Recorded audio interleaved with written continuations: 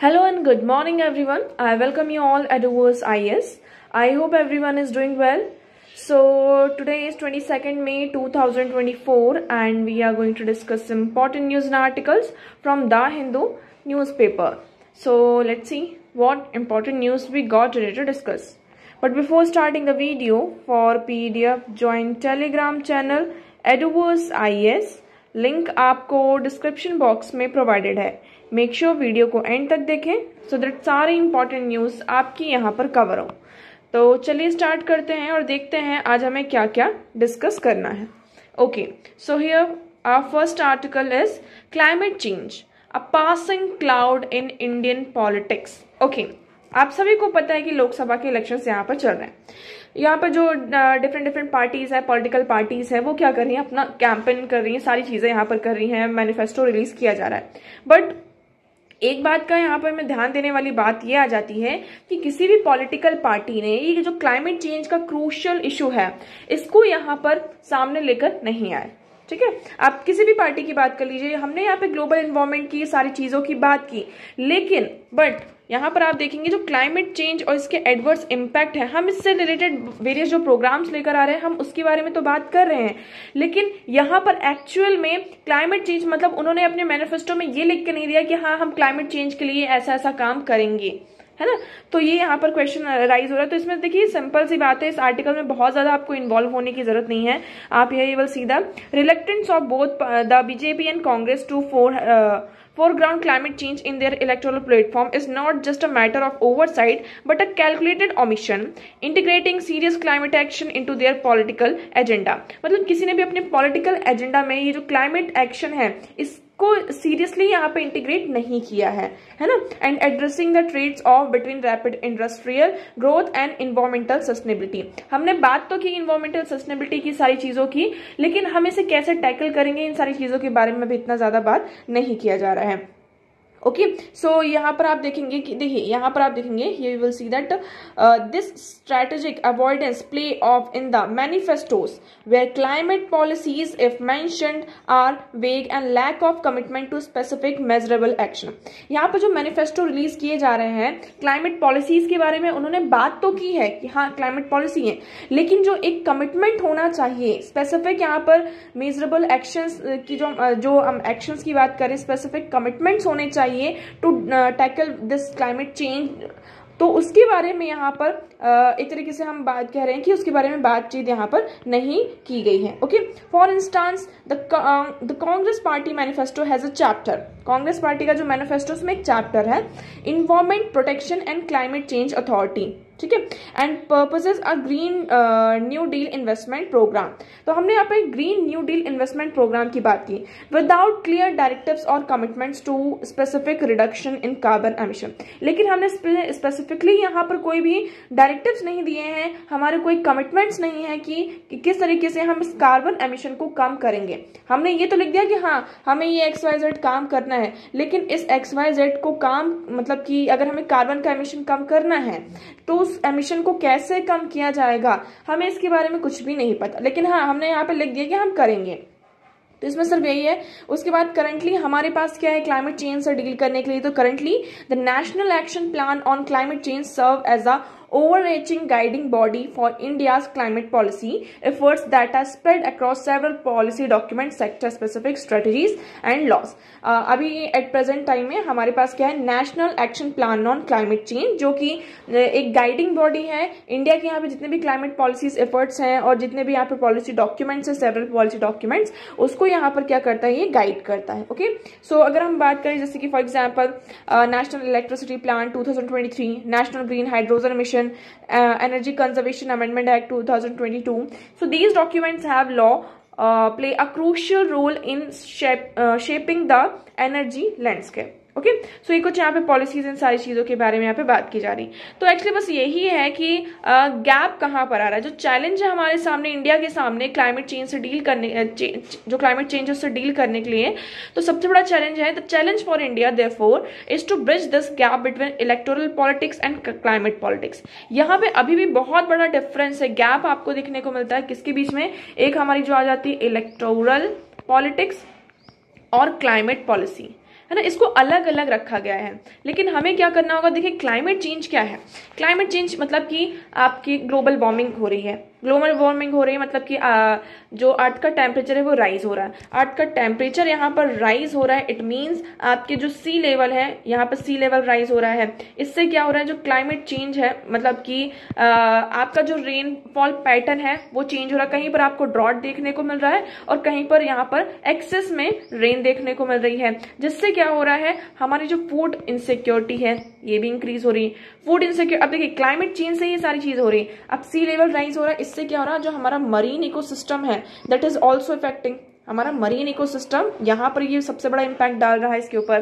तो climate change छोटी मोटी चीज नहीं। अब हम इसे टैकल करने के लिए हम बात करते हैं कि क्या इसकी वे फॉरवर्ड हो सकता है। तो क्लाइमेट चेंज मतलब हमें कार्बन का एमिशन कम करना है। मेनली अगर हम बात करें तो देयर आर मेनी गैसेस जिसकी वजह से यहाँ पर मीथेन भी है आपका, और भी यहाँ पे गैसेस है, वाटर वेपर्स, ये सारी चीजें जिसकी वजह से ग्लोबल टेम्परेचर राइज हो रहा है। But carbon is one of the important one, okay. But इसमें हम क्या कर सकते हैं, कार्बन का एमिशन हमें कम करना है। हमारा मोटिव क्या है, ओके। सो हम पहला क्या है, फॉसिल फ्यूल से सबसे ज्यादा आपका क्या होता है, एमिशन होता है। तो फॉसिल फ्यूल के अल्टरनेटिव्स की बात करते हैं कि हम फॉसिल फ्यूल का यूज ना करके उसके अल्टरनेटिव्स की बात करें। सबसे पहले आपका यहाँ पर आता है लेट्स टॉक हियर, आपको थोड़ा अच्छे से समझ में आएगा। तो फॉसिल फ्यूल की हम बात करें तो फॉसिल फ्यूल का अल्टरनेटिव हमने कहा कि हम सोलार पावर प्लांट्स लगाएंगे, हम यहाँ पे टर्बाइन्स का यूज करते हैं, हम हाइड्रो इलेक्ट्रिसिटी है इसका यूज करेंगे, हम ग्रीन हाइड्रोजन की बात करते हैं, okay, green hydrogen, electric vehicles, आपके यहाँ पर इलेक्ट्रिक व्हीकल्स की बात करते हैं, ठीक है। हमने ये वे फॉरवर्ड की बात कर ली कि हम ऐसा ऐसा करेंगे। अब इंडिया की बात करते हैं। सोलार पावर प्लांट्स तो हम बहुत सारे लगा रहे हैं, लेकिन क्या ये रीजनेबल प्राइस में है? क्या लोग इसको अफोर्ड कर पा रहे हैं? कि लोग इसको यहाँ पर एक्सेस मतलब कि एक्सेसिबिलिटी तो हमने ठीक है प्रोवाइड कर दिया, हमने बहुत सारे सोलार पैनल यहाँ पे बना दी, उसकी मैन्युफैक्चरिंग कर दी, but the people are able to afford these solar panel और नॉट। तो हमें देखिए एक डेटा जो हमारा निकल कर आता है कि हमने इतने 100 यहाँ पर फॉर एग्जांपल सोलार पैनल्स की मैन्युफैक्चरिंग की, बट एक्चुअल में ग्राउंड रियलिटी में कितने हाउस होल्ड्स में इसका यूज किया जा रहा है, that is the main point, ठीक है। हम ग्रीन हाइड्रोजन की बात कर रहे हैं। ग्रीन हाइड्रोजन में यहाँ पे जो एक्चुअली क्या होता है, इलेक्ट्रोलिसिस करके आपका यहाँ पर ग्रीन हाइड्रोजन निकाला जाता है। अब उस इलेक्ट्रोलिसिस में क्या होता है, आपकी इलेक्ट्रिसिटी लगती है, ठीक है, इलेक्ट्रिसिटी। लेकिन ये इलेक्ट्रिसिटी कहाँ से आ रही है, इलेक्ट्रिसिटी जो हमने फॉसिल फ्यूल से हम क्या कर रहे हैं, यहाँ पर फॉसिल फ्यूल से जो जनरेट की है इलेक्ट्रिसिटी वहीं से आ रही है। तो मतलब एक तरफ हम उसका अल्टरनेटिव ढूंढ रहे हैं, दूसरी तरफ उसी का यूज करें, फॉसिल फ्यूल का, कार्बन का एमिशन जिससे ज्यादा हो रहा है उसी का हम यूज करके इलेक्ट्रिसिटी को जनरेट कर रहे हैं, ठीक है। उसके बाद हम क्लाइमेट चेंज की बात कर रहे हैं। आज के टाइम पर आप देखेंगे समर का सीजन है, गर्मी इतनी ज्यादा हो रही है, हीट वेव, ठीक है। यहाँ पर हीट वेव की भी हमें बात करनी चाहिए। अब हीट वेव की अगर हम बात करते हैं, ये कैसे इम्पैक्ट करता है, ये इकोनॉमी जो हमारी है उसके लिए बहुत ही इंपॉर्टेंट फैक्टर आ जाता है। हमारी इकोनॉमी को बहुत ज्यादा इम्पैक्ट कर रहा है। क्यों कर रहा है, क्योंकि इससे क्या हो रहा है, जो हमारी प्रोडक्टिविटी है वो डिक्रीज हो रही है। प्रोडक्टिविटी कैसे डिक्रीज हो रही है, इतनी धूप है। पहले फॉर एग्जांपल विंटर्स में आप कहेंगे कि गर्मियों में कहते हैं कि दिन बड़ा होता है, रात छोटी होती है ना, तो लेकिन दिन इतना बड़ा होता है लेकिन कितनी ज्यादा गर्मी होती है। ये जो हीट स्ट्रोक्स होते हैं, प्रोडक्टिविटी कैसे कम होती है, फॉर एग्जाम्पल जो लेबर फोर्स है वो अपना टाइम कम कर देते हैं, है ना। अगर वो सुबह फॉर एग्जांपल वो मॉर्निंग के 8 बजे से अगर काम कर रहे हैं तो पहले वो 8 से मान लीजिए यहाँ पर 2 बजे तक 3 बजे तक काम करते थे, लेकिन अब कहते हैं कि इतनी ज्यादा गर्मी है, इतनी ज्यादा यहाँ पे हीट वेव्स हैं जिसकी वजह से वो सिर्फ 1-2 घंटे ही काम कर रहे हैं, ज्यादा काम नहीं कर रहे हैं। तो इसका इम्पैक्ट किसके ऊपर पड़ रहा है, हमारी प्रोडक्टिविटी पर पड़ रहा है। प्रोडक्टिविटी पर पड़ रहा है इट मीन्स हमारी इकोनॉमी पर पड़ रहा है। उसके साथ साथ इसका सेकंड यहाँ पर हीट वेव का हेल्थ से रिलेटेड इश्यूज राइज हो रहे हैं। वेदर यू आर एग्री और नॉट, इवन लास्ट ईयर की बात है, एम्स के डॉक्टर ने किसी एक ने यहाँ पर एक स्टेटमेंट भी रिलीज किया था जिसमें उन्होंने ये कहा था कि हीट वेव्स क्या करता है, डायरेक्टली ह्यूमन हेल्थ को इम्पैक्ट करता है। हीट स्ट्रोक के कारण आपके जो मतलब कि हम हार्ट अटैक है ना, ब्लड प्रेशर राइज, यहाँ पर आप लोग कितने सारे केसेस देख रहे होंगे कि हीट वेव्स के कारण, हीट स्ट्रोक के कारण यहाँ पर लोगों की जान तक चली जाती है। तो ये कोई छोटी मोटी बात नहीं है। तो ये सब क्या हो रहा है, अभी कल की अगर आप लोगों ने यहाँ पे न्यूज पढ़ी होगी तो इसमें आपने देखा होगा कि दिल्ली में जो दिल्ली का टेम्परेचर है वो 47 डिग्री से यहाँ पे क्रॉस कर चुका है। 50 डिग्री सेल्सियस तक पहुंचने में उसको ज्यादा वक्त नहीं लगेगा। सो 50 degree Celsius can you imagine this? 100 degree Celsius में आपका वाटर बॉईल होने लगता है और जो टेम्परेचर है हमारे स्टेट्स का वो 50 डिग्री सेल्सियस तक पहुंच रहा है. सो ये यहाँ पर हमें इस चीज को आप बहुत ही ध्यान से लेना होगा. सिर्फ आपकी और हमारे बीच की बात नहीं है, ये सभी को यहाँ पर मिलकर आना होगा, तभी हम इस चीज को यहाँ पर टैकल कर सकते हैं. बट इस आर्टिकल में मतलब यही कहा गया है कि हम अपने इंडियन पॉलिटिक्स की बात करें तो उसमें ये जो क्लाइमेट चेंज है, ये जो इंपॉर्टेंट टॉपिक है, ये क्रूशियल टॉपिक है, वो यहाँ पर सरपास किया जा रहा है. I hope this one is clear to you. Okay, यहाँ पर अब हमने बात की थी किसकी? National action plan on climate change. इसके बारे में हम कुछ फैक्ट्स देख लेते हैं. तो देखिए, एक आता है आपका क्लाइमेट एक्शन ट्रैकर. ठीक है, तो ये क्या है? So the climate action tracker is an independent specific analysis that tracks government climate action and measures it against the globally agreed Paris climate aim. तो आप सभी को पेरिस एग्रीमेंट के बारे में पता है, जिसमें हमारा ये टारगेट था, हमारा एम ये था कि जो अर्थ का टेम्परेचर है वो हम 1.5 डिग्री सेल्सियस से ज्यादा इसकी जो लिमिट है वो नहीं जानी चाहिए, अदरवाइज इसके इरिवर्सिबल इंपैक्ट्स हमें देखने को मिलेंगे. सो ये जो हमारा एम था उसको अचीव करने के लिए गवर्नमेंट जो है, स्टेट्स हैं, क्या क्या एक्शंस ले रही हैं, और ये एक्शंस को ट्रैक करने का काम किसका होता है? क्लाइमेट एक्शन ट्रैकर का. Okay, so a collaboration of two organizations, Climate Analytics and New Climate Institute, the CAT, has been providing this independent analysis to policymakers since 2009. So since 2009, it is providing what? हमें एक analysis यहाँ पर provide करता है. So the CAT encompasses all major emitters and a representative selection of a smaller emitters accounting for approximately 85% of global emission and 70% of the world population. ठीक है, तो यहाँ पर आपको इतना पता होना चाहिए. उसके बाद हम नेशनल एक्शन प्लान की बात करते हैं. So it was launched in 2008 by the prime minister council on climate change. Okay, इसका एम क्या है? To create awareness among the representatives of the public, different agencies of the government, scientists, industry and communities on the threat poses by climate change and the steps to counter it. तो मतलब यहाँ पर हम सभी को एक तरीके से ये अवेयरनेस की तरह है कि हमें अवेयरनेस क्रिएट करना है हर एक तबके के लोग तक, लाइक पब्लिक रिप्रेजेंटेटिव्स, डिफरेंट जो एजेंसीज हैं, साइंटिस्ट हैं, गवर्नमेंट्स हैं, इंडस्ट्रीज, ताकि हम क्या कर सकें, जो क्लाइमेट चेंज जो ये थ्रेट पोज कर रहा है इसे हम कैसे काउंटर कर सकें.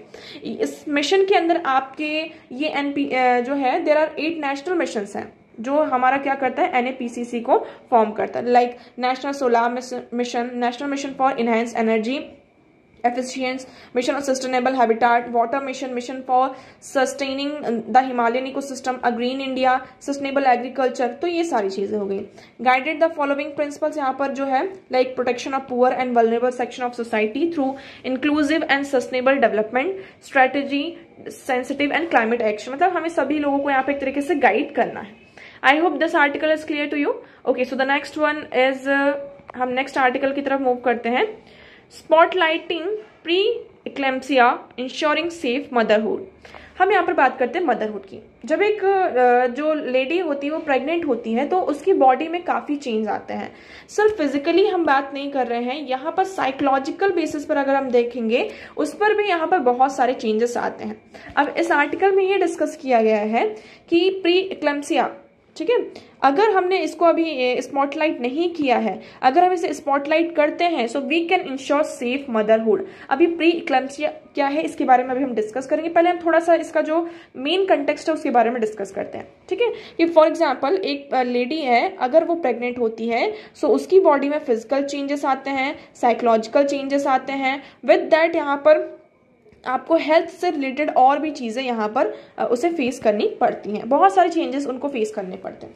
लेकिन समटाइम्स व्हाट हैपन कि फॉर डिलीवरी हो गई, हमने 1-2 महीने अपनी केयर की, सारी चीज़ें की, बट उसके बाद हम क्या है अपनी हेल्थ पर, जो मदर होती है वो अपनी हेल्थ पर इतना ज़्यादा फोकस नहीं करती हैं, जिसकी वजह से एट द लॉन्ग रन उन्हें बहुत सारी प्रॉब्लम्स को फेस करना पड़ता है, हेल्थ जो रिलेटेड इशूज होते हैं उसके बारे में. ठीक है, अब इस आर्टिकल में यही देखिए, it has been 3 decades since this writer had a haunting conversation with a friend and words still echo, isn't a miracle to give birth to a physically normal neurological intact baby। अब देखिए ये भी एक challenge है एक women के लिए कि उसका जो बेबी हो, मतलब कि ऐसा कहा जाता है ना, कई बार आप लोगों ने ऐसे केसेस सुनेंगे, अरे वो जो बच्चा पैदा हुआ या तो उसका वेट कम है या कुछ ना कुछ यहाँ पर प्रॉब्लम्स, कुछ ना कुछ एबनॉर्मलिटीज यहाँ पर समटाइम्स देखने को मिलती हैं। ज्यादातर केसेस में हमें ऐसा प्रॉब्लम होता है। तो ऐसा कहा जाता है कि एक मिरेकल हो जाता है कि जब बच्चा एक फिजिकली यहाँ पर नॉर्मल होता है, न्यूरोलॉजिकली इंटैक्ट हमें बेबी देखने को मिलता है। तो हमें ऐसा लगता है कि मतलब ये एक मिरेकल हो गया कि हमारा जो बच्चा हुआ है वो बहुत ही अच्छा हुआ है। So the journey towards safe motherhood and safe birth must confront the stark reality that cognitive abnormalities and neurological challenges in newborn। क्योंकि आज के टाइम पर बहुत सारी चीजें चेंज हो रही हैं, हमारा लाइफस्टाइल चेंज हो रहा है ना, हमारा जो खाने का तरीका है, हमारी जो डाइट है, वो सारी चीजें चेंज हो रही, तो इसका कहीं ना कहीं इम्पैक्ट हमारी बॉडी पर पड़ता है और डायरेक्टली इनडायरेक्टली वो हम जब प्रेग्नेंट वुमेन होती है उनके ऊपर पड़ता है। अब जब वुमेन प्रेग्नेंट होती है तो उसमें एक चीज होती है लाइक डायबिटीज, जो शुगर लेवल है वो इंक्रीज हो जाता है, ब्लड प्रेशर यहाँ पर इंक्रीज हो जाता है। ये नॉर्मल चीजें हमें प्रेगनेंसी के टाइम में देखने की पड़ती है। लेकिन प्रॉब्लम क्या होती है, प्रॉब्लम तब होती है जब हम इसको लॉन्ग रन में इग्नोर करने लगते हैं। अब ये जो हम एक्लम्पशिया की बात कर रहे हैं, प्री एक्लम्पशिया, ये क्या है? Okay, so life begins before birth holds profound significance, reminding us that what we gather mentally affects us until our final breath. So prematurity, low birth weight, growth restrictions, preeclampsia, consequent the hypertensive disorder of pregnancy। तो इसमें ये कहा जा रहा है कि अभी हमने बात करी कि जब तक फाइनल बर्थ नहीं हो जाता बच्चे का, तो जैसे कि कभी कभी क्या होता है, प्रीमेच्योरिटी होती है, लो बर्थ वेट होता है, बच्चों का जो वेट होता है बहुत ज्यादा कम होता है, ग्रोथ में रिस्ट्रिक्शंस होती हैं, है ना। तो ये प्री एक्लेम्पशिया एंड ये सारे कॉन्सिक्वेंसेस हैं जो हमारे एक तरीके से क्या है, हाइपरटेंसिव डिसऑर्डर ऑफ प्रेगनेंसी, हमें यहाँ से पता चलता है। अब हम बात करते हैं किसकी, प्री एक्लेम्पशिया की। प्री एक्लेम्पशिया एक तरीके से हम कह सकते हैं कि ऐसी बीमारी नहीं कहेंगे हम इसे मेनली, लेकिन ये जो प्रेगनेंसी के बाद है ना, आफ्टर प्रेगनेंसी, यहाँ पे जो पोस्ट प्रेगनेंसी क्या होता है कि बहुत सारी जो चीजें होती हैं हमारे सामने देखने को मिलती हैं। For example here you will see that they are susceptible to adulthood hypertension, metabolic syndrome, heart attack, heart disease, डिस्ले, stroke, adding significantly in the economic burden to the health care system. ये जो pre एक्लेम्पशिया को अगर हम पहले से associate नहीं करते हैं, तो इसमें क्या होने लगता है, आपका जो मतलब ये सारी हमने बात करी लाइक स्ट्रोक, ये हम किसकी बात लेते हैं, आपका जो एडल्टहुड में hypertension, metabolic syndrome, heart disease, ये सारी चीजें होने लगती हैं। ठीक है, सो अगर हम बात करें किसकी, सो प्री प्रिवेंटिव मंथ यहाँ पर बात होती है जिसमें हम बात करते हैं किसकी, प्री एक्लेम्पशिया की। पहले हम डेफिनेशन देख लेते हैं। Okay, so what is the pre-eclampsia? It is a serious blood pressure condition that develop during pregnancy। Pregnancy के टाइम पर यहाँ पर जो ब्लड प्रेशर होता है वो बहुत ज्यादा हाई हो जाता है। It typically develops after 20th week of pregnancy. ये जब 20th वीक ऑफ प्रेगनेंसी हो जाती है उसके बाद डेवलप होता है।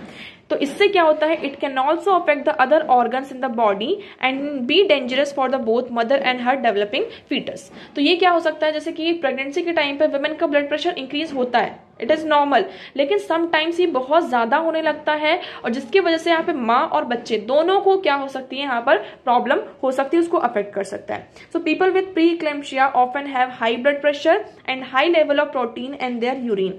तो हमें ये कैसे पता चलेगा, सबसे पहले इसका प्रॉपर डायग्नोस्टिक, इस आर्टिकल में वही डिस्कस किया गया है कि प्री एक्लेम्पशिया को अगर हम पहले ही डायग्नोस कर पाए, उसको स्पॉटलाइट करें, तो हम क्या कर सकते हैं, इससे बच सकते हैं। तो प्री एक्लेम्पशिया के कारण ज्यादातर जो प्रेग्नेंट वुमेन होती हैं उसमें हाई ब्लड प्रेशर हो जाता है और उनकी बॉडी में, यूरिन में जो प्रोटीन का लेवल होता है बहुत ही ज्यादा इंक्रीज हो जाता है।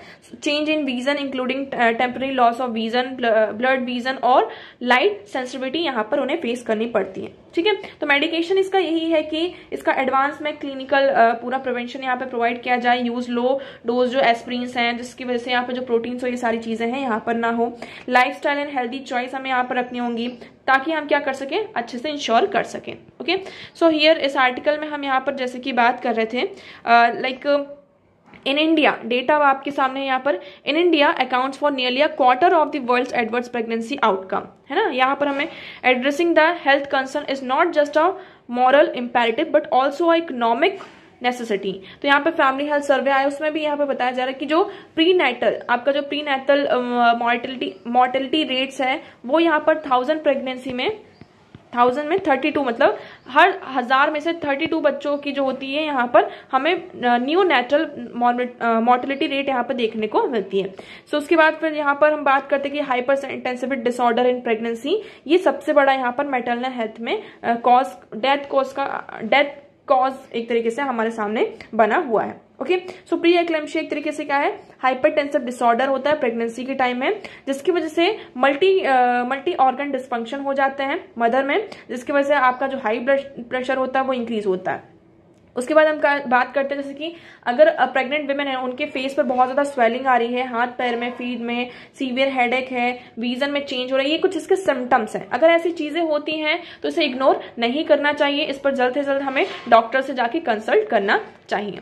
इंडिया में कोई प्रोग्राम है क्या इससे डील करने के लिए? तो हम कह सकते हैं हाँ, to combat preeclampsia by spreading awareness. हम यहाँ पे सबसे पहले तो इसके बारे में लोगों को पता ही नहीं है, बहुत सारे लोगों को इसके बारे में नहीं पता है। सो प्री एक्लेम्शिया के तहत हमें क्या करना होगा, अवेयरनेस स्प्रेड करानी होगी, और ये जो हाइपर टेंसिव डिसऑर्डर है प्रेगनेंसी का, इसके बारे में लोगों को अवेयर कराना होगा कि ये क्या है, एक सीरियस इशू है। Okay, so the Indian Radiological and Imaging Associations through this flagship program, Samrakshan, has embarked a mission to extend the reach of safe motherhood initiative across all districts of India। तो इस programme के तहत क्या किया जा रहा है, लोगों को अवेयर कराया जा रहा है, जिससे कि हम क्या कर सकें, यहाँ पर सेफ मदरहुड का जो इनिशिएटिव है उसको हम उस तक रीच कर सकें। ओके, सो आई होप ये आर्टिकल अब आपको क्लियर होगा। नाउ नेक्स्ट मूव करते हैं हम आर्टिकल की तरफ। सो नेक्स्ट आर्टिकल देखिए, इस आर्टिकल में इतना ज्यादा कुछ नहीं है, इसमें बस यही कहा जा रहा है कि the risk of Russia's nuclear posturing. यहाँ पर रशिया यूक्रेन का वॉर चल रहा है, 2 साल होने वाले हैं, अभी तक ये वॉर खत्म, मतलब 2 साल से ज्यादा हो गया, अभी तक ये वॉर खत्म नहीं हुआ।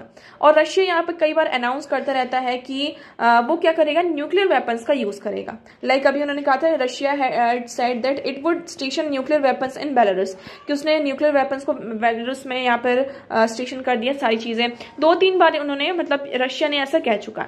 अब देखिए रशिया का भी ये है ना कि 2 साल से वॉर चल रहा है, रशिया एक क्या है, न्यूक्लियर कंट्री है, और अभी तक यहाँ पर इसका कोई एंड रिजल्ट हमारे सामने नहीं निकल कर आ रहा।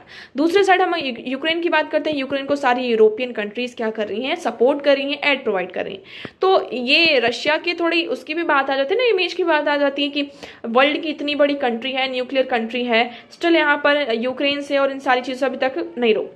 तो यहाँ पर अभी हम एक न्यूक्लियर डेटरेंस क्रिएट कर रहे हैं। रशिया क्या करना चाह रहा है, मतलब कि ये रशिया ऐसा कहता है कि हम न्यूक्लियर वेपन का यूज करेंगे, सारी चीजें करेंगे, तो डेटरेंस यहाँ पर क्रिएट किया जा रहा है, बनाया जा रहा है, ठीक है। लेकिन यहाँ पर क्या हुआ, फॉर एग्जांपल आप डेटरेंस को बनाते बनाते किसी दिन सच में ही आपने न्यूक्लियर वेपन का यूज कर दिया, तो फिर क्या होगा, है ना, ये सोचने वाली बात है। आपकी स्टेट की पॉलिसी, नेशन की पॉलिसी कुछ भी हो कि आप वैसे रशिया की यहाँ पे एक ऐसी पॉलिसी है कि वो कब तक यहाँ पर, जब तक सीरियस से सीरियस जब इशू आ जाएगा, मतलब कि बहुत ही ऐसा इशू आ जाएगा कि हाँ अब हमें जो हमारे पास जो लास्ट ऑप्शन है, it is only a nuclear weapon, तब हम न्यूक्लियर वेपन्स का यूज करेंगे। But it is not like this कि अगर वो क्या कर सकते हैं, उनकी पॉलिसी उसको चेंज कर सकते हैं। उन्होंने आज न्यूक्लियर वेपन्स का यूज किया, कल उस चीज को जस्टिफाई करते रहेंगे, डजंट मैटर, अब वो चीज तो होती रहेगी। सो इसमें बस अभी इस आर्टिकल में आपको ज्यादा इन्वॉल्व होने की जरूरत नहीं है। So this principle of deterrence is known as mutually assured destruction. In addition a country restore the nuclear option only in case an existential threat by adversary. In case of Russia and Ukraine, the war is largely disestablishing on the conventional level and does not directly jeopardize Russia's own existence. तो मतलब देखिए Russia के existence पे एक तरीके से वो कर रहा है, जियोपर्डाइज कर रहा है। अब फर्दर देखते हैं कि रशिया यूज करता है या नहीं करता है, ये हमारे लिए सोचने वाली बात है। ओके, नेक्स्ट आर्टिकल यहाँ पे ये फिर से इन्वायरमेंटल फुटप्रिंट्स की बात की जा रही है। इसमें एनालाइज किया गया है, इसमें ये कहा जा रहा है कि स्टडी से हमारे सामने ये आया है, environmental impact of affluent individuals, particularly those who engage in consumption beyond basic needs। इसमें ये कहा जा रहा है कि जो आपका ये इन्वायरमेंटल फुटप्रिंट है ना, इन्वायरमेंटल फुटप्रिंट वो इंक्रीज हो रहा है। कैसे इंक्रीज हो रहा है, ज्यादातर जो हमारी बेसिक नीड्स से ज्यादा जब हम कंजप्शन करते हैं, फॉर एग्जाम्पल खाना तो आपके घर में भी बनता है, लेकिन हम क्या करते हैं, हम ये सोचते हैं चलिए आज बाहर जाके खाना खाते हैं, बाहर जाके हम अच्छे रेस्टोरेंट में जाते हैं, खाना खाते हैं, तो उससे क्या हुआ, हमने व्हीकल का यूज़ किया तो कार्बन एमिशन हुआ, कार्बन एमिशन पहली चीज़, ठीक है, CO2 का लेवल यहाँ पर इंक्रीज हुआ। दूसरी बात फिर हम बात करें किसकी, उसके बाद हम वहाँ पर जाके हमने खाना वाना खाया, सारी चीज़ें खाई, हमने बहुत सारा खाना खाया और बहुत सारा तो हम छोड़ कर आ जाते हैं, ये तो कहीं भी आप जाएंगे आपको देखने के लिए मिलेगा।